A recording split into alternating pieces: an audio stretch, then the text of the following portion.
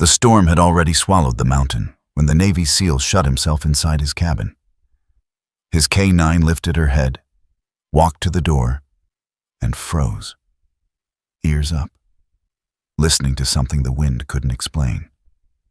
The soldier hesitated, then opened the door and found a wounded pregnant dog standing in the snow, barely breathing. He didn't ask why she was there. He took off his coat and wrapped it around her shaking body. He carried her inside, laid her down near the fire, and felt his quiet life break open.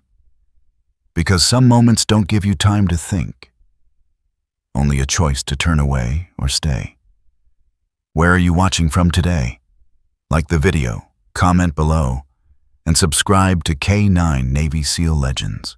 The storm arrived without warning, the kind that didn't announce itself with drama, but with inevitability. Snow fell thick and heavy over the remote mountain range, swallowing the narrow road, bending the tall pines until they creaked like old bones. Wind tore through the forest in sharp, cutting bursts, erasing familiar sounds. No birds, no distant engines, no sense of direction, just white and dark and the relentless howl of winter. Inside a small wooden cabin tucked deep between the trees, Sawyer Kincaid moved with practiced efficiency. At 28, Sawyer carried himself with a quiet discipline that never turned off.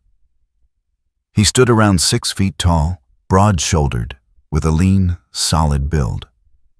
The kind shaped not by vanity, but by years of structured training and routine. His movements were economical, almost restrained, as if every action had once been measured for survival.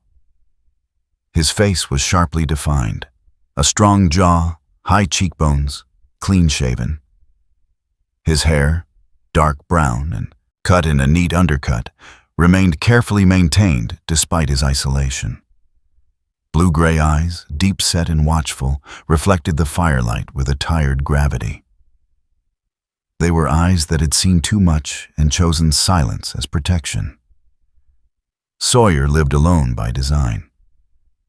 The cabin wasn't large, just one main room with a small kitchen corner, a bedroom partitioned by rough wooden panels, and a fireplace that crackled steadily. Everything inside was orderly. Tools hung where they belonged. Boots lined up near the door, no photos, no decorations, nothing unnecessary. As the wind intensified, Sawyer followed the same routine he always did when the weather turned dangerous. He stepped to the front window, checked the tree line, then reached for the porch light. With a flick of the switch, the yellow glow outside vanished, leaving the world beyond the glass swallowed by darkness. Next came the door. He slid the heavy wooden bolt into place and tested it once, firmly. Locked. Secure. It was a habit formed not from fear, but from experience. Behind him, near the fireplace, Juno lifted her head. Juno was a German Shepherd K9, large, powerful, and impeccably conditioned. Her coat was dense and short, black along the back with rich tan markings on her legs and chest. She moved with a natural balance, muscles defined but not bulky. Her body built for endurance rather than intimidation. Her eyes were what drew attention most. Dark, intelligent, endlessly alert, Juno rose to her feet in one smooth motion. She didn't bark. She didn't growl. She walked straight toward the front door, her ears snapping upright, her body going completely still as she reached it. No pacing, no hesitation. Just a sudden, absolute freeze, like a switch had been flipped inside her. Sawyer noticed immediately. He turned slowly, studying her posture. Years of working alongside Juno had taught him to read the smallest changes in her behavior. This wasn't curiosity, and it wasn't reaction to the storm. Juno was listening. "Wind's loud tonight," Sawyer said quietly, more to test himself than to reassure her. Juno didn't move. Her head tilted slightly, nostrils flaring as if tasting the air through the solid wood. Sawyer felt a faint tightening in his chest. Juno had been trained to detect threats, sounds beneath chaos, patterns beneath noise. She didn't react to nature. She reacted to intent, to distress, to things that didn't belong. He stepped closer to the door, resting a hand on the bolt. For a brief moment, a memory flickered. Another door, another night, another warning he had chosen to ignore. The image was incomplete, blurred at the edges, but the weight of it pressed hard against his ribs. Sawyer shook it away and focused on the present. Slowly, deliberately, he slid the bolt back. The door opened just enough for the storm to force its way inside. Cold air exploded into the cabin, sharp and biting, carrying snowflakes that stung his skin. The wind roared, louder now, filling the space with chaos. Then he saw her. Just beyond the threshold, under the faint spill of indoor light, stood a dog. She was medium-sized, but heavy with pregnancy, her belly low and tense. Her fur, once likely a warm brown, was matted with ice and snow, clinging to her thin frame. One of her front legs trembled violently as she tried to hold her weight. A dark stain marked the fur along her side, where a wound had reopened in the cold. She was shaking, not just from the temperature, but from exhaustion. Her eyes met Sawyer's. They weren't wild. They weren't desperate. They were steady. Hazel didn't whimper or bark. She didn't collapse or attempt to flee. She simply stood there, breathing in shallow, uneven gasps, as if she had already decided this was the last place she could reach. Behind Sawyer, Juno took one step back. Not in retreat, but in acknowledgement. The space between the door and the warmth of the cabin felt suddenly charged, like a line waiting to be crossed. Sawyer dropped to one knee without thinking. He pulled off his heavy jacket and extended it slowly toward Hazel, careful not to startle her. "You're freezing," he murmured. Hazel's ears twitched, but she didn't move. The wind surged again, pushing her slightly sideways. She staggered, caught herself, then steadied, every movement deliberate, controlled, as if she was rationing the strength she had left. Sawyer felt the pull of instinct, the same instinct that had once guided him through far worse conditions. But this time, it wasn't about survival. It was about choice. He could close the door, lock it, return to silence, or he could invite the storm inside. As Sawyer reached out again, Juno suddenly shifted. She stepped forward, placing herself not between Sawyer and the dog, but between the door and the darkness outside. Her body blocked the wind just enough for the cold to ease, her head lowered slightly toward Hazel. Not a threat, not a command, an invitation. Then Juno did something she had never done before. She lay down, flat, exposed, vulnerable. Sawyer's breath caught. Juno, trained for years to guard, to intercept, to respond, had just made a decision without him. And Hazel took one step forward. The moment Hazel crossed the threshold, her legs buckled. Sawyer caught her before she hit the floor, surprised by how light she felt in his arms. Her body trembled violently as he guided her toward the fireplace, laying his jacket over her and piling blankets around her shaking frame. Her breathing came in sharp bursts now, each exhale fogging the air. Juno remained close, watching with unblinking focus, her posture calm but attentive. Sawyer worked quickly, instinct taking over. He checked Hazel's side, carefully brushing snow away from the wound. It was deep but not fresh, something she'd been carrying for days, maybe longer. "She's been out there a while," Sawyer muttered. Hazel's abdomen tightened suddenly. She let out a low, strained sound. Not pain exactly, but warning. Sawyer froze. His eyes widened as understanding settled in. "Oh no," he whispered. "Not now." Hazel was in labor. Outside, the storm showed no sign of slowing. Sawyer looked from Hazel to Juno, then toward the still open door, snow already creeping across the floorboards. For a long second, he didn't move. Then he stood, walked back to the door, and closed it firmly. Not locking it, just closing it. The fire crackled louder, the warmth slowly pushing back against the cold. Sawyer knelt beside Hazel again, his expression no longer guarded. Just focused, grounded, present.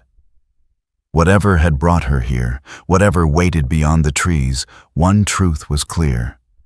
This night was no longer his alone. And once a door like this opened, it could never truly be closed again. The cabin smelled different once Hazel was inside. Not unpleasant, just altered. Wet fur, cold air clinging to fabric, the sharp metallic note of blood beneath the smoke of pine wood. Sawyer noticed these things automatically, the way some people noticed weather changes before they arrived. His mind cataloged details, even as his hands moved. Hazel lay on her side near the fireplace, her ribs rising and falling too quickly. Up close, she looked smaller than she had at the door. Her coat, once likely thick and protective, was patchy in places where snow and ice had pulled it flat against her skin. The brown of her fur was dulled, muted by exhaustion, and there was a rawness to her frame that spoke of hunger stretched over time, not days. She was not young, but not old either. An adult dog in her prime, which made her condition harder to accept. Sawyer knelt beside her, rolling up the sleeves of his long-sleeved camouflage shirt. The fabric clung briefly to his forearms before settling back into place, the familiar weight of it grounding him. He moved with restraint, careful not to crowd her space. "It's just me," he said quietly, unsure whether the words were meant for Hazel or for himself. Hazel's eyes tracked him, dark, alert, not wild, never wild. There was intelligence there, and something else too, a kind of vigilance born not from aggression, but from having learned that stillness could be safer than resistance. Sawyer reached for a clean towel, dampened it with warm water, and began gently cleaning the wound along her side. It wasn't fresh, but it had been reopened by cold and strain. The skin around it was inflamed, angry, telling a story of movement when rest had been the only cure. Hazel flinched once, then stilled. Sawyer adjusted his pressure immediately. "Sorry," he murmured. He worked slowly, methodically, the way he had learned to do everything that mattered. No sudden movements, no assumptions. Just observation and response. Behind him, Juno remained close beneath us, but not intrusive. The German shepherd lay a short distance away, her body angled toward Hazel, her head resting on her paws. Her ears shifted occasionally, tracking sounds beyond the walls, the wind, the settling of snow on the roof. But her attention always returned to the dog on the floor. Juno did not approach. She did not sniff or interfere. She watched. Sawyer noticed that too. It struck him that Juno wasn't acting like a guardian. She was acting like a witness. Once the wound was cleaned and loosely bandaged, Sawyer added another blanket, tucking it around Hazel's torso. He slid a shallow bowl of lukewarm water closer to her muzzle. Hazel sniffed it, then drank cautiously, as if expecting the opportunity to vanish if she rushed. The fire popped, sending sparks briefly up the chimney. Outside, the storm pressed on. Sawyer stood and crossed the room to check the back corner of the cabin, where an old workbench sat beneath a small window. He pulled, Out a flattened cardboard beam, folded it open, and lined it with towels and spare cloths. He positioned it close to the fireplace, but not too close. Enough warmth to help, not enough to harm. An improvised nest. As he worked, his mind kept circling back to one question. How long had she been out there? The answer came when he stepped outside briefly, just long enough to check the area near the cabin. Snow covered most tracks, but not all. Near the tree line, partially shielded by a collapsed lean-to and a rusted metal frame, Sawyer spotted the remains of a shelter. It was crude. Planks nailed together unevenly. A scrap of tarp once stretched across the top, now torn and hanging like dead skin. There were signs of recent use. Flattened snow. Fur caught on splintered wood. Hazel hadn't come from nowhere. She had been here, close enough to watch the cabin lights turn on and off each night, close enough to learn where the warmth came from. Sawyer closed his eyes briefly, letting the implications settle. When he returned inside, Hazel shifted again. Her body tensed, muscles tightening in a wave that rolled through her abdomen. A low sound escaped her throat. Not a cry, but a strained exhale, pushed out through clenched teeth. Sawyer froze. Then he saw it. The contraction passed, leaving her trembling, her breath uneven. Another followed moments later. "Okay," he said softly, heart beginning to race. "Okay. I see you." He moved quickly now, not panicked, but aware that time had changed shape. He guided Hazel toward the makeshift nest, easing her into position. She resisted at first, then allowed it, curling onto her side as another contraction took hold. Sawyer wiped his hands on a towel, then reached for the radio. Static crackled to life. He turned the dial, searching for a signal, any voice. The radio sputtered, then briefly caught a weather advisory before dissolving back into noise. Mountain pass closed. Emergency services delayed. Conditions expected to worsen through the night. Sawyer exhaled slowly and shut it off. No help was coming. He returned to Hazel's side, kneeling again, his knees pressing into the wooden floor. He wasn't a veterinarian. He wasn't trained for this. But he had seen life come into the world under worse circumstances. He had watched medics work with limited tools, learned enough by proximity to know what mattered and what didn't. Warmth.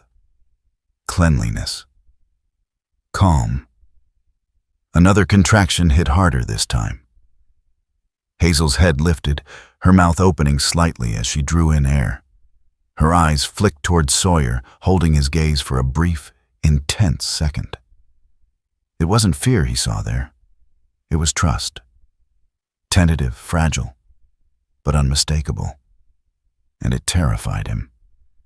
As Sawyer reached to adjust the blankets, Juno suddenly stood. Not abruptly, but with purpose. She walked to the far side of the cabin, away from Hazel, and stopped near the back wall. Her posture changed subtly, her head lowered. Her ears angled not toward the storm, but toward something beneath the floor. Juno pressed her nose to a narrow gap between the boards and inhaled deeply. Then she looked back at Sawyer, once, and sat down. Sawyer's hands stilled in midair. Juno was alert, but calm. Not warning, not reacting, recognizing. The moment passed as Hazel cried out softly, pulling Sawyer's focus back to the present. He pushed the strange interruption aside and returned his attention to Hazel, though a quiet tension settled in his chest. The labor progressed unevenly. Hazel's strength came in waves, surging, then retreating. Sawyer spoke to her constantly, low and steady, narrating what he was doing, grounding both of them in the sound. "You're doing fine. Just breathe. I'm here."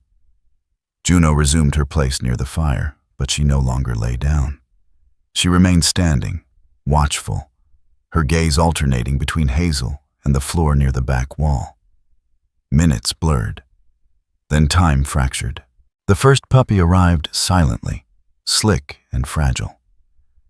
Sawyer reacted instantly, clearing its airway, rubbing it gently but firmly with a towel until a thin, sharp cry pierced the room.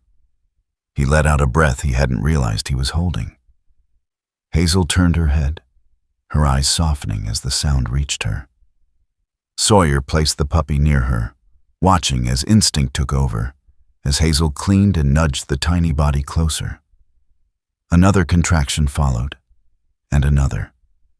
Each arrival carried its own moment of terror and relief. One puppy struggled longer than the rest, its breathing shallow, its movements weak. Sawyer worked carefully, coaxing life forward without forcing it, his hands trembling just enough to betray how deeply he cared. Between contractions, Hazel sagged, her exhaustion undeniable. Sawyer checked the bandage along her side. It was holding, but barely. Blood seeped through slowly, dark against the cloth. "Stay with me," he whispered. The storm outside howled louder, as if pressing against the cabin walls, testing them. Inside, the fire burned steadily. Life answered. By the time the last contraction eased, Hazel lay still, her breathing heavy but steady. Several small bodies pressed against her, their warmth gathering, growing. Sawyer sat back on his heels, sweat cooling against his skin despite the fire. He looked around the cabin, at the scattered towels, the blood-stained cloths, the fragile cluster of new life at Hazel's side. The night had shifted. He knew it instinctively. This wasn't just shelter anymore. It was a threshold. Sawyer rose slowly and walked to the window, peering out into the white chaos beyond the glass. Snow continued to fall, relentless, indifferent. He reached for the porch light. After a moment's hesitation, he left it off. Not yet. He turned back toward the room, toward Hazel and her pups, toward Juno standing watch in the shadows. Outside, the storm raged. Inside, something irreversible had begun. Hazel's labor deepened as the night stretched on, the hours losing their edges. Pain came in waves now, longer, heavier, each one stealing more from her than the last. Her body trembled with effort, muscles tightening and releasing in uneven rhythm. Every breath seemed to cost her something, as if she were paying for each moment she remained upright, conscious, present. Sawyer stayed close, kneeling beside her, his back straight despite the stiffness creeping into his spine. He had learned long ago how to hold his body still even when his thoughts refused to do the same. Inside, something was shifting. He kept his hands steady, but his chest felt tight, as though the air itself had thickened. His heartbeat sounded too loud in his ears, each pulse echoing against a memory he had spent years burying. Hazel let out a low sound, half pain, half fear, and Sawyer flinched before he could stop himself. "I know," he said quietly. "I know." Her eyes found his again. There was fear there now. Real fear. Not the sharp kind that demanded action, but the dull, hollow kind that came from being too tired to fight it anymore. Sawyer swallowed hard. As another contraction seized her, the memory he had been pushing down finally broke through. It wasn't vivid, not cinematic. It never was. Just a door, another place, another winter. Not as cold, not as remote, but cold enough. Juno had been younger then, her movements sharper, her reactions faster, still proving herself. She had frozen in that same way, ears high, body locked, waiting. Sawyer had hesitated. He had told himself it was nothing, that people cried out in storms, that animals wandered, that stepping outside wasn't always the right call. He had locked the door. In the morning, the snow had erased everything. No tracks, no sound, no proof that anything had ever been there at all, except the silence inside him that had never quite lifted. Sawyer's jaw tightened as the memory faded, replaced by the present, the raw, undeniable reality unfolding on the wooden floor of his cabin. Not this time. Hazel's body tensed again, harder than before. Sawyer leaned in, his voice low and controlled, anchoring her the way he had once anchored himself in far worse moments. "Stay with me," he said. "You're not alone." Juno shifted closer. The German shepherd moved with deliberate care, stepping into Hazel's line of sight. She did not crowd her, did not touch. She simply stood there, solid and unyielding, her presence unmistakable. Hazel's gaze flicked to Juno. Something in her breathing changed. The next contraction broke with it, the moment of waiting. The first puppy emerged slowly, slick and fragile, its small body sliding into Sawyer's trembling hands. For a heartbeat, there was nothing. No sound, no movement. Panic surged. Sawyer reacted instantly, clearing the airway, rubbing the tiny chest with firm, practiced motions. His fingers felt too big, too clumsy, and fear clawed up his throat. "Come on," he whispered. "Come on." A thin cry cut through the room. Sawyer exhaled sharply, a sound somewhere between a laugh and a sob. He brought the puppy closer to Hazel, watching as instinct took over as she turned her head and began to clean the tiny body with shaking urgency. One down. No time to rest. Another contraction followed almost immediately, Hazel's body arching as she struggled to push through the pain.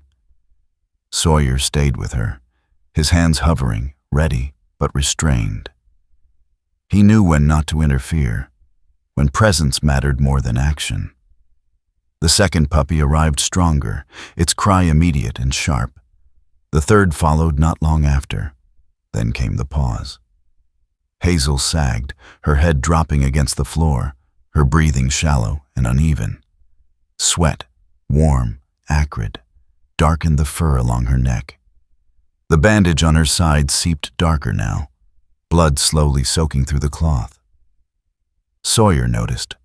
His pulse quickened. "You're losing too much," he muttered under his breath. He adjusted the bandage carefully, applying pressure where he could, knowing it wasn't enough. Not really. He had no way to stop the bleeding entirely. No way to give her what she needed. Only time. And time was something the storm outside was determined to steal. Another contraction came, violent and sudden. Hazel cried out, this time louder, rawer, and Sawyer felt something crack open in his chest. The sound wasn't just pain. It was fear layered with exhaustion, the kind that came when the body began to doubt itself. "Look at me," he said firmly, placing a steady hand near her shoulder. Not gripping, not forcing. Just there. Hazel's eyes lifted, glassy but focused. "You've come this far," Sawyer continued. "Don't stop now." The fourth puppy emerged weakly, its movements sluggish, its chest barely rising. Sawyer's heart dropped. He worked quickly, rubbing, stimulating, counting breaths in his head, as he had once counted heartbeats under fire. 1, 2, 3. Nothing. He leaned closer, shielding the tiny body with his own, as if warmth alone might be enough to convince life to stay. "Stay," he whispered. A second passed, then another. Finally, a faint shudder rippled through the puppy's chest, followed by the softest sound imaginable. A fragile insistence on existence. Sawyer closed his eyes briefly, his forehead dipping forward as relief washed through him in a wave that left him dizzy. Behind him, Juno exhaled. It was a quiet sound, barely audible, but Sawyer heard it. He always did. Hazel's body slackened as the contraction passed. She lay still, her breathing labored but steady, her eyes half-lidded as the puppies pressed instinctively against her warmth. Sawyer checked her again, his movements slower now, heavier. The bleeding had slowed, but not stopped. "She needs rest," he said quietly, though there was no one to answer him. The fire crackled low, casting long shadows. Across the room, outside, the storm's fury began to soften, its howls dulling into a constant, distant rush. Time crept forward again. Sawyer sat back on his heels, exhaustion settling into his bones. His hands trembled now, not from cold but from the aftermath of adrenaline, from the weight of what had just passed. Juno stepped closer. She lowered herself beside Hazel at last, her body angled protectively, her presence steady and calm. She did not touch the puppies, did not interfere. She simply existed in the space, grounding it. Sawyer reached for the weakest puppy, lifting it carefully. The tiny body fit easily against his chest, its warmth seeping through the fabric of his shirt. Instinctively, Sawyer drew his jacket closer around it, shielding it from the chill that still lingered in the cabin. The puppy let out a small sound and settled. Sawyer's throat tightened.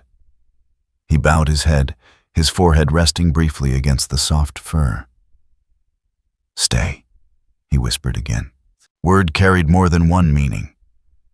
He wasn't sure whether he was speaking to the puppy, to Hazel, or to himself.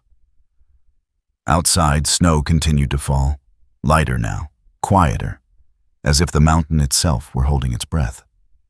Inside the cabin, Sawyer remained where he was, unmoving, unwilling to set the fragile weight in his arms down just yet. For the first time in a long while, leaving felt impossible. And staying, no matter the cost, felt like the only thing that made sense. Morning came quietly, as if the mountain itself were unsure whether it was allowed to wake. The storm had loosened its grip overnight. Snow still fell, but lightly now, thin flakes drifting instead of slamming into the trees. The wind had softened into something closer to a breath. The world outside the cabin looked unchanged at first glance, white, still, indifferent. Yakir stepped onto the porch with care, the cold biting through the soles of his boots. His shoulders were stiff from the night, his muscles sore in the way that came not from exertion alone, but from vigilance that had never fully relaxed. Behind him, the cabin door remained open, just enough to let warmth spill out. Inside, Hazel lay curled around her puppies near the fire, her breathing shallow but steady. Juno stayed with her, standing watch, her posture calm but alert. Sawyer had learned to trust that balance. When Juno chose to stay, it meant the threat, if there was one, wasn't immediate. Still, something felt wrong. Sawyer scanned the clearing slowly, letting his eyes adjust. Snow muffled sound and erased distance, but it also revealed things that bare ground concealed. That was when he saw it. Near the edge of the tree line, where the snow drifted unevenly against the slope, there was a pattern that didn't belong. Lines, parallel, faint but deliberate. Sawyer moved closer, crouching, brushing snow aside with a gloved hand. Tire tracks. They were shallow, partially filled by fresh snow, but unmistakable. Not the deep grooves of a plow or a truck pushing through a storm. These were narrower, careful, made by a vehicle that had slowed down, turned around, lingered. Close, too close. Sawyer straightened slowly, his jaw tightening. His cabin sat far from any maintained road. Anyone driving this far up the mountain knew exactly where they were going. He followed the tracks back with his eyes, noting where they faded, where snow had softened their edges. They weren't fresh from that morning, but they weren't old either. Someone had been here recently. Behind him, Juno stepped onto the porch. She did not bark. She did not rush ahead. She lowered her head and began to move, slow and deliberate, her nose sweeping just above the snow. Sawyer followed. Juno led him toward the back of the clearing, where the land dipped slightly before rising again. There, half hidden by fallen branches and a curtain of frost-covered brush, stood a collapsed structure. It had once been a shed, or perhaps a makeshift kennel. Time and weather had stripped it down to warped planks and a rusted frame. A torn strip of tarp clung to one side, snapping weakly in the breeze. Juno stopped at the entrance. She sniffed once, then again. Her body stiffened, not in warning, but in recognition. Sawyer stepped closer, the cold sinking into his knees as he crouched beside her. Inside the ruined shelter, the snow was packed flat, disturbed by movement. Clumps of fur clung to splintered wood, and near the far corner, partially buried, lay something dark. Sawyer reached down and pulled it free. A collar. The leather was cracked and worn, torn clean through near the buckle.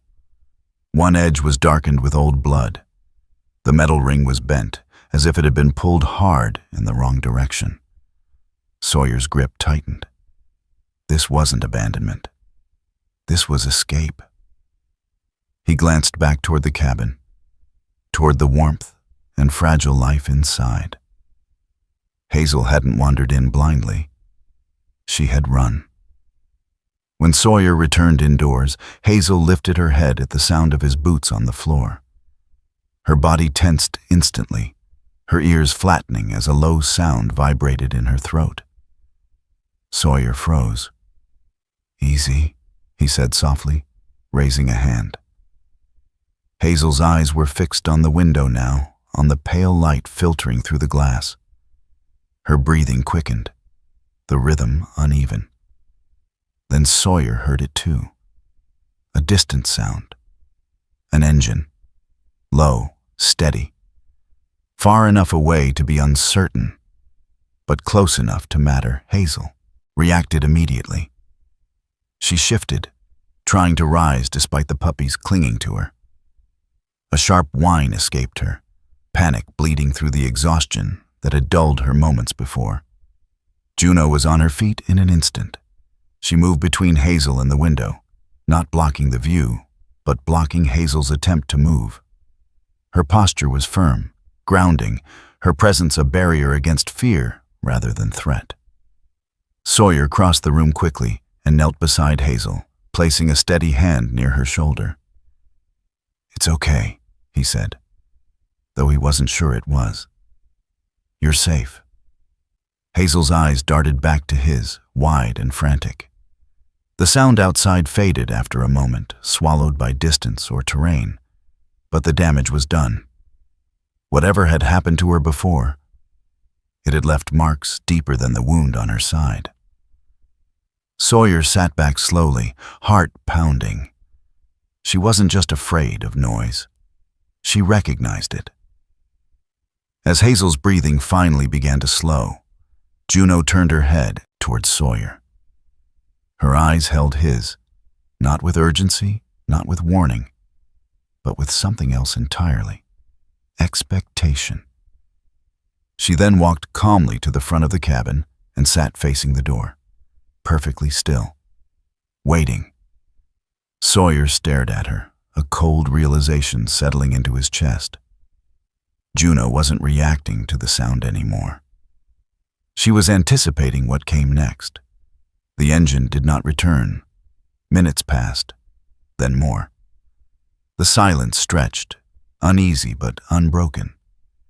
Sawyer exhaled slowly, forcing himself to focus on what needed to be done now, not on what might come later. Hazel's fear had subsided, but her body remained fragile. The bleeding from the night before had slowed, yet her strength was clearly limited. She needed medical care, real care. The road would be passable soon, if it wasn't already. The storm had retreated enough that Sawyer could risk the drive. Waiting longer meant gambling with Hazel's recovery, with the puppy's survival. Sawyer moved methodically, gathering supplies. He layered blankets into a crate, positioned it carefully in the back of his vehicle, and ensured the space would be warm, stable. Hazel watched him from the floor, her eyes tracking every movement. There was fear there still, but beneath it now, something else had surfaced. Trust, strained, cautious, but real. Sawyer approached her slowly and crouched, meeting her gaze. "We're going to get you help," he said, "not leaving you." Hazel didn't pull away when he touched her this time. Juno followed closely as Sawyer lifted Hazel carefully, her body tense but cooperative. The puppies were secured beside her, bundled and warm, their tiny sounds filling the space between breaths. Outside, the mountain stood silent, blanketed in white. Sawyer loaded them into the vehicle and paused, one hand resting on the open door. He looked once more at the clearing, at the faint tracks that had already begun to disappear beneath fresh snow. He knew better than to believe that meant safety. It only meant time. As he started the engine, Juno took her place in the back, positioning herself where she could see both Hazel and the road ahead through the rear window. Her ears were up. Her body was still, not guarding, watching. The vehicle pulled away from the cabin, tires crunching softly over snow. Behind them, the mountains swallowed their path without ceremony. Ahead, the road curved downward, leading toward answers Sawyer wasn't sure he wanted, but knew he couldn't avoid. Juno's gaze remained fixed on the road long after the cabin disappeared from view, as if she knew, long before Sawyer did, that whatever Hazel had escaped from wasn't finished searching. The veterinary clinic sat at the edge of the mountain town, where the paved road thinned into gravel and the buildings spaced themselves farther apart, as if even people preferred distance up here. It was a single-story structure, painted a pale gray that had long since surrendered to weather. The sign above the door, Holt Veterinary Services, was modest, the lettering slightly faded. No flashing lights, no sense of urgency, just a place meant for patients. Sawyer parked a short distance away instead of pulling directly up to the entrance. It was instinct, not strategy. He shut off the engine and sat still for a moment, listening. Hazel lay in the back, cradled in layers of blankets. Her breathing was shallow but steady. The puppies were bundled close to her belly, their small bodies rising and falling in imperfect rhythm. They were quiet now, spent, warm, alive. Juno sat upright beside them, her posture relaxed but alert. Her ears shifted subtly as new sounds filtered in, distant. Voices, a door opening somewhere nearby, the muted echo of footsteps on concrete. Sawyer opened the door and stepped out, the cold biting his face again. The town felt different from the mountain. Not safer, just exposed. Inside the clinic, the air was warm and smelled faintly of antiseptic and old paper. The waiting room was small, furnished with a few mismatched chairs and a low table scattered with outdated magazines. A radiator clicked softly against the far wall. Behind the counter stood a woman in her late 40s, perhaps early 50s. Dr. Marin Holt was not tall. She had a compact, sturdy build, the kind that came from years of standing, lifting, working without complaint. Her hair, streaked heavily with gray, was pulled back into a loose knot at the nape of her neck, wisps escaping around her temples. Her face was lined, but not harsh. Creases formed more from concentration than from age. Her eyes were sharp. They took in Sawyer first. The straight posture, the controlled movements, the way he stood slightly between the door and whatever he was protecting behind him. Then they moved to Hazel. Marin's expression shifted instantly. "Bring her in," she said, already stepping around the counter. No questions yet, no hesitation. Sawyer moved quickly, carefully, lifting Hazel with practiced control. She tensed at the unfamiliar environment, but didn't struggle. Her eyes stayed on him as he carried her past the threshold, through the narrow hallway into an examination room at the back. Juno followed closely. The room was clean but worn, its equipment functional rather than modern. Marin gestured toward the padded table, then stopped when she saw the puppies. "On the floor," she said. "She's safer there." Sawyer complied, easing Hazel down. The puppies stirred, tiny sounds breaking the stillness. Marin knelt immediately, her hands gentle but efficient as she examined Hazel's side, checked her gums, listened to her breathing. She spoke, softly, not to Sawyer, but to Hazel. "You did well," she murmured. "You did very well." Hazel's eyes fluttered, her body relaxing just a fraction. Marin straightened and finally looked at Sawyer again. "How long?" she asked. "Since last night," Sawyer replied. "Storm hit hard. No way down." Marin nodded once. "Figures." She washed her hands and moved around the room, preparing supplies. As she worked, she spoke. Not accusatory, not alarmist, just factual. "You're not the first to walk in with a dog like this," she said. "Third this winter, second this month." Sawyer stiffened slightly. "Pregnant," Marin continued. "Injured, underfed, dropped or escaped just before delivery." Sawyer's jaw tightened. "You think someone's dumping them?" Marin paused, her back still turned. "I think someone's breeding them," she said, "and discarding the ones that become inconvenient." She turned back now, her gaze steady. "There's a place outside town, not registered. Calls itself a kennel when anyone asks. I've reported them. Nothing's come of it." Sawyer didn't respond. He didn't need to. Marin glanced at Hazel again. "She needs rest, antibiotics, fluids, but she's strong. Puppies look stable." Sawyer exhaled, a breath he'd been holding since the mountain. "Good," he said quietly. They moved Hazel and the puppies into a recovery area, dim, warm, separated from the main room. Sawyer stayed close, his presence a constant. The waiting room was empty when they returned. Or so it seemed at first. A man sat near the window, his back to the wall, legs crossed loosely at the ankles. He looked to be in his early 40s, tall and lean, his frame angular beneath a dark coat that seemed too thin for the weather.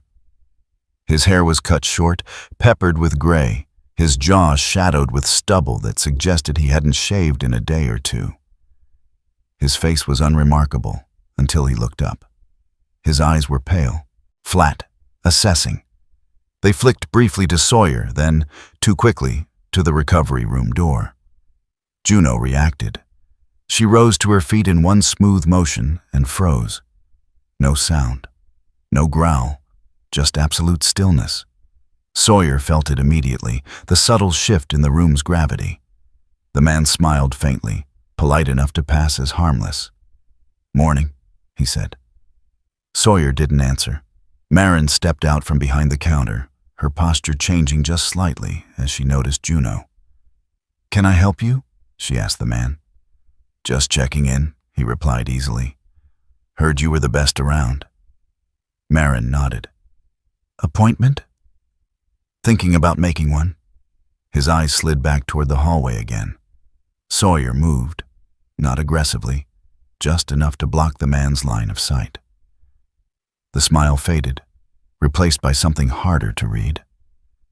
Marin cleared her throat. "If you don't have an appointment, you'll need to come back later." The man stood, adjusting his coat. "Another time, then." As he passed Sawyer, his gaze lingered for half a second too long. Then he was gone. The bell over the door jingled softly. Juno did not move until the sound of footsteps outside faded completely. Sawyer released a slow breath. As Sawyer turned back toward the hallway, Juno stepped forward and nudged his hand with her nose. Once. Then she angled her head toward the front window. Outside, through the frosted glass, a dark shape moved, just briefly, before disappearing past the edge of the frame. A vehicle. Sawyer's fingers curled slowly. They didn't stay long. Marin provided medication, instructions, and a warning disguised as casual advice. "Be careful," she said, meeting Sawyer's eyes. "People don't like losing investments." Sawyer nodded once. Hazel was loaded carefully back into the vehicle.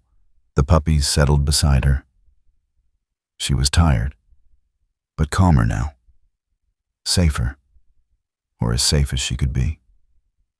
The road out of town curved gently, snowbanks lining either side. Sawyer kept his speed steady, eyes scanning mirrors, peripheral vision alive. At first, nothing seemed wrong.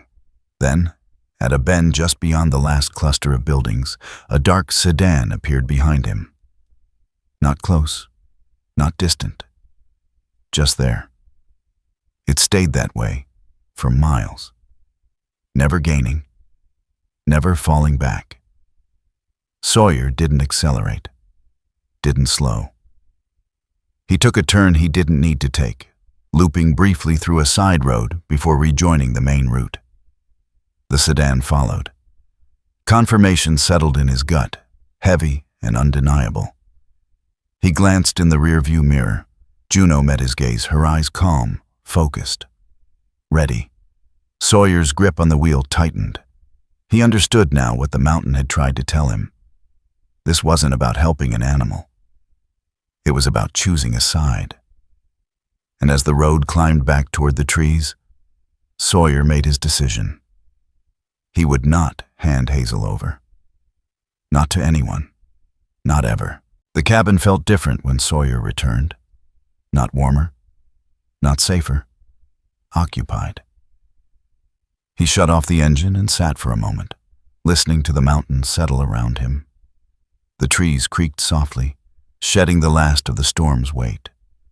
Somewhere farther downslope, meltwater dripped in a slow, uneven rhythm. Morning light filtered through the branches, pale and thin, revealing a world that looked calm only because it had already done its damage. Sawyer stepped out, scanning the clearing before he even closed the door behind him. No tire tracks this time, no movement, no sound that didn't belong. He exhaled once, slow and controlled, then opened the back and checked on Hazel and the puppies. Hazel lifted her head when she heard him. Her eyes were clearer now, the dull fog of exhaustion beginning to lift. The wound along her side was still tender, but the swelling had gone down. She shifted carefully, adjusting her body to make room for the puppies as they stirred. Tiny limbs, pushing clumsily against her belly.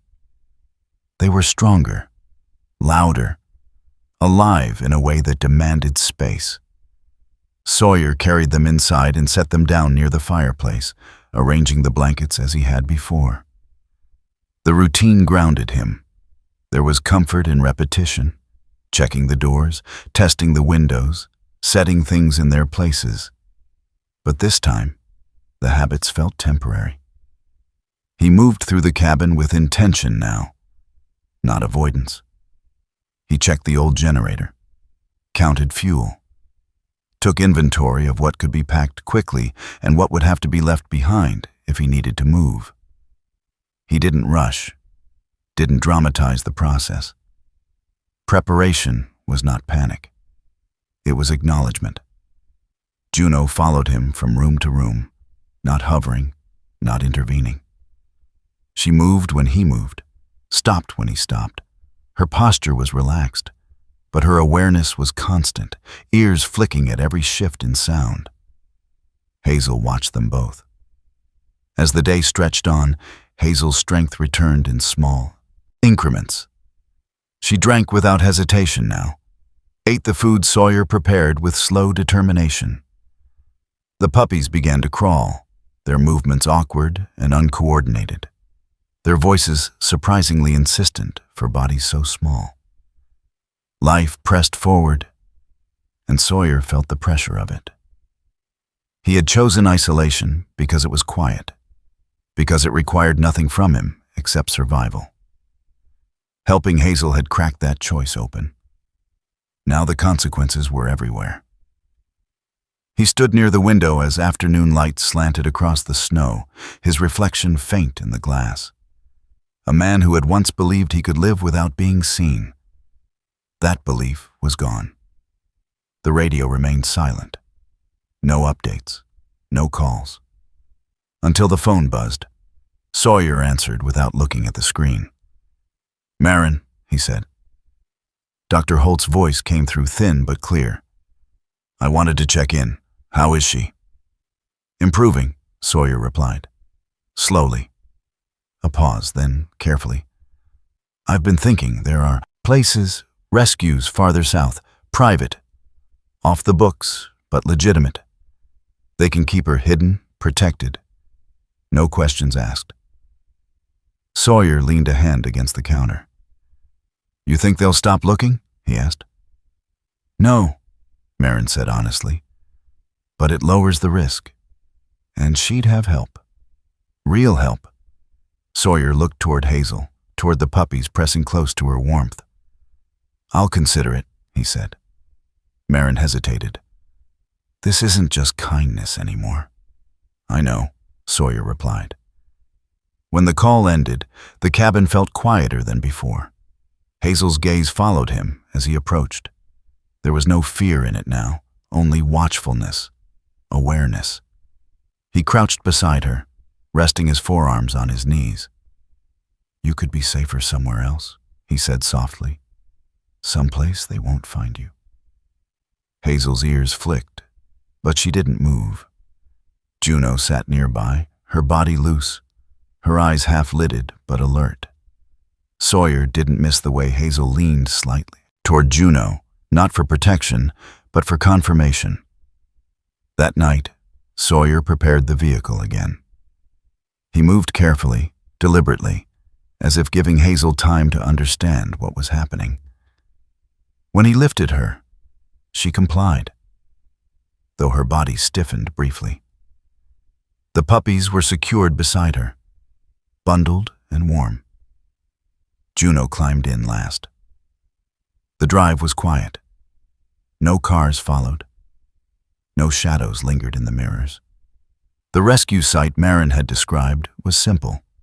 A fenced property with lights low and steady. Staff minimal, but present. People who asked few questions and moved with practiced calm. They took Hazel in gently, without fuss. Sawyer stayed long enough to ensure she was settled. The puppies accounted for. Hazel watched him the entire time, her eyes never leaving his face. When he finally turned to go, she did not struggle. She did not cry. That unsettled him more than resistance would have. The drive back to the cabin was uneventful. Too uneventful. Sawyer pulled into the clearing just as dusk settled over the mountain. He cut the engine and sat still, listening. Something was wrong. Juno's ears lifted slowly, not sharply, not alarmed, attentive. Sawyer stepped out. Hazel lay near the fireplace, exactly where she had been the first night. The puppies were with her. Pressed close, quiet and warm, Sawyer stopped cold. No vehicle tracks led up the drive, no signs of forced entry. The door stood as he had left it, locked, undisturbed. Hazel lifted her head when she saw him. Her expression was calm, as if she had never left. Sawyer's heart pounded as he crossed the room, his mind racing through possibilities. Had someone brought her back? Had she escaped? Had he misjudged the timing, the distance, her strength? None of it fit. Hazel could barely walk when he had left her. And yet here she was. He knelt slowly, checking her wound. It hadn't worsened. If anything, she looked steadier. The puppies shifted, one letting out a small sound. Ashir's voice came out hoarse. How? Hazel didn't answer, of course, but she met his gaze and held it. Juno approached Hazel then, not cautiously, not alertly, but with complete ease. She circled once and lay down beside the puppies. Her body curved protectively around them. She did not watch the door. She did not watch the windows. She closed her eyes. Sawyer felt something settle inside his chest, heavy and irreversible. Juno was not guarding. She was accepting. Sawyer stood slowly, the room spinning just slightly. There were explanations he could reach for. Escape routes, miscommunication, coincidence layered thick enough to resemble fate. But none of them mattered as much as the truth forming beneath them. Hazel had chosen this place. Not because it was warm, not because it was hidden, but because it was hers now. Sawyer moved to the chair near the fire and sat, elbows on his knees, hands clasped loosely. He stared at the flames, at the way they bent and straightened, consuming what they were fed and nothing more. He thought of the life he had built around absence, of how carefully he had kept himself out of reach. Helping Hazel had been an interruption. Keeping her was a decision. He looked up at the small cluster of bodies breathing in quiet unison. At Juno, asleep beside them. At Hazel, watching him. Not with need, but with certainty. This was no longer about saving something broken. It was about taking responsibility for what stayed. Sawyer leaned back, letting the weight of it press down. He did not resist it. Outside, night settled gently over the mountain, as if the storm had never happened at all. Inside the cabin, nothing was temporary anymore. And for the first time in years, Sawyer did not feel the urge to run. Morning arrived without ceremony. Snow fell in a slow, patient drift, each flake landing as if it had nowhere else to be. The sky was pale and open, no longer heavy with threat. The mountain breathed quietly, the way it did only after deciding it had taken enough. Sawyer woke before the fire burned low. He lay still for a moment, listening, not for danger, not for movement, but for rhythm. The steady hush of snowfall, the soft, uneven breathing near the hearth, the tiny, intermittent sounds of new life adjusting to the world. Nothing felt urgent. That was new. He rose quietly and crossed the cabin, boots silent against the worn wood. Hazel stood near the puppies now, her posture balanced, alert but untroubled. Her coat had begun to lie flatter, cleaner. The wound at her side was still there, still healing but no longer defined her movements. She looked present. Juno lay beside the puppies, stretched out on her side, her body loose, one ear half folded against the floor. Her eye opened briefly as Sawyer passed, then closed again. No tension, no watchfulness, trust. Sawyer stepped to the front window and scanned the clearing. No tire tracks, no disturbed snow, no suggestion that the world beyond the trees had noticed anything at all. He opened the door. Cold air entered softly this time, not as an intruder, but as a reminder of where he was. The porch creaked under his weight as he stepped outside. Snow had already dusted the railing again, smoothing the marks left from the night before. Sawyer stood there, hands resting at his sides, breathing in the sharp, clean air. For the first time since he had come to the mountain, the silence did not feel like armor. It felt like space. He reached for the switch beside the door. The porch light flicked on. A steady yellow glow spilled outward, catching the falling snow and turning it briefly into something almost gentle. The light cut a clear shape in the morning white. Not a signal, not a warning, just presence. Sawyer remained there for a long moment, watching the snow pass through the light and vanish. Behind him, Hazel padded closer.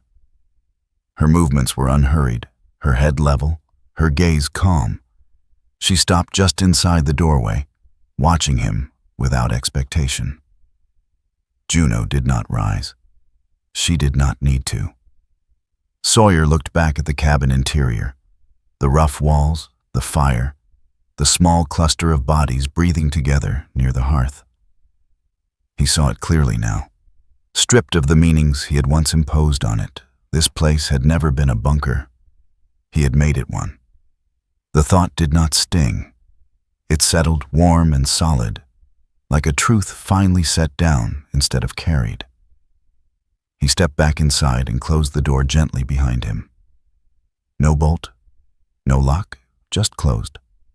Hazel returned to her puppies, lowering herself carefully. Her body curved protectively around them. One of the pups squirmed free and let out a thin, impatient sound. Hazel nudged it back without irritation, her movements sure. Sawyer crouched nearby, resting his elbows on his knees. He watched without interference, without the urge to manage or fix.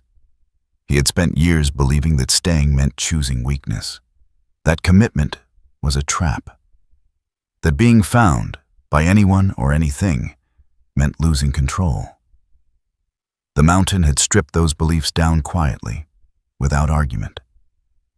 Helping Hazel had not cost him safety. It had cost him distance. That was the difference. Juno shifted slightly in her sleep, one paw brushing against the edge of Sawyer's boot. He didn't move it away. Outside, the snow continued to fall, light and unremarkable. The world went on, unaware and unconcerned. Sawyer stood again and moved through the cabin, not checking exits this time, not counting supplies. He brewed coffee, the familiar scent filling the room. He poured water into Hazel's bowl and watched her drink, steady, unafraid. He sat in the chair near the fire and wrapped his hands around the mug, letting the warmth soak into his palms. There was no plan forming in his mind, no list, no next step, and for once, that didn't feel like failure. It felt like arrival. As Sawyer lifted his gaze, he caught his reflection in the window, faint, layered over the falling snow and the steady glow of the porch light behind him. For a brief moment, he did not recognize the man looking back. Not because he looked different, but because he was no longer hiding. The realization settled quietly, without resistance. The day unfolded slowly. Hazel slept. The puppies fed and slept again. Juno shifted positions as the sun crept higher, eventually stretching out fully, her body relaxed in a way Sawyer had rarely seen outside of deep safety. Time regained its ordinary shape. Sawyer moved with it. He repaired a loose board near the back wall, more out of habit than necessity. He swept melted snow from the entryway. He left the radio off. Nothing required monitoring. As afternoon light softened, Sawyer returned to the door once more. The porch light was still on. He considered turning it off. Then he didn't. The light wasn't there to draw anyone in. It was there to say something else entirely. That he was no longer arranging his life around being unseen. That if something or someone found their way here again, he would not meet it by retreating. He would meet it by standing. Sawyer stepped back inside, the door closing easily behind him. Hazel lifted her head briefly, then settled again. Juno did not stir. Outside, the mountain remained as it always had, vast, indifferent, enduring. Inside the cabin, Something had changed. Not loudly, not dramatically, but completely. Sawyer sat down near the fire and stayed. He made no vows. He claimed no titles. He simply remained where he was. And for the first time in a long while, the world did not ask him to leave. Sometimes miracles don't arrive with thunder or light from the sky. They arrive quietly, as a door that should have stayed closed, but didn't. As a choice made in fear that turned into responsibility. As an animal's instinct that became the answer's a human heart was avoiding. Maybe God doesn't always speak in words. Maybe he speaks through moments that test whether we will turn away or stay. Through lives that cross our path not by accident, but by purpose. In our daily lives, we are all given these moments. A chance to help, a chance to stay, a chance to become something more than we were yesterday. If this story touched something in you, don't let it end here. Share it with someone who needs hope. Leave a comment and tell us where you are watching from, or what this story reminded you of. Subscribe to K9 Navy SEAL Legends to walk with us through more stories of loyalty, courage, and quiet faith. May God protect you and your loved ones. May he guide you when the path feels unclear. And may you recognize the miracles that arrive softly, asking only one thing in return, that you choose to stay. Thank you for watching.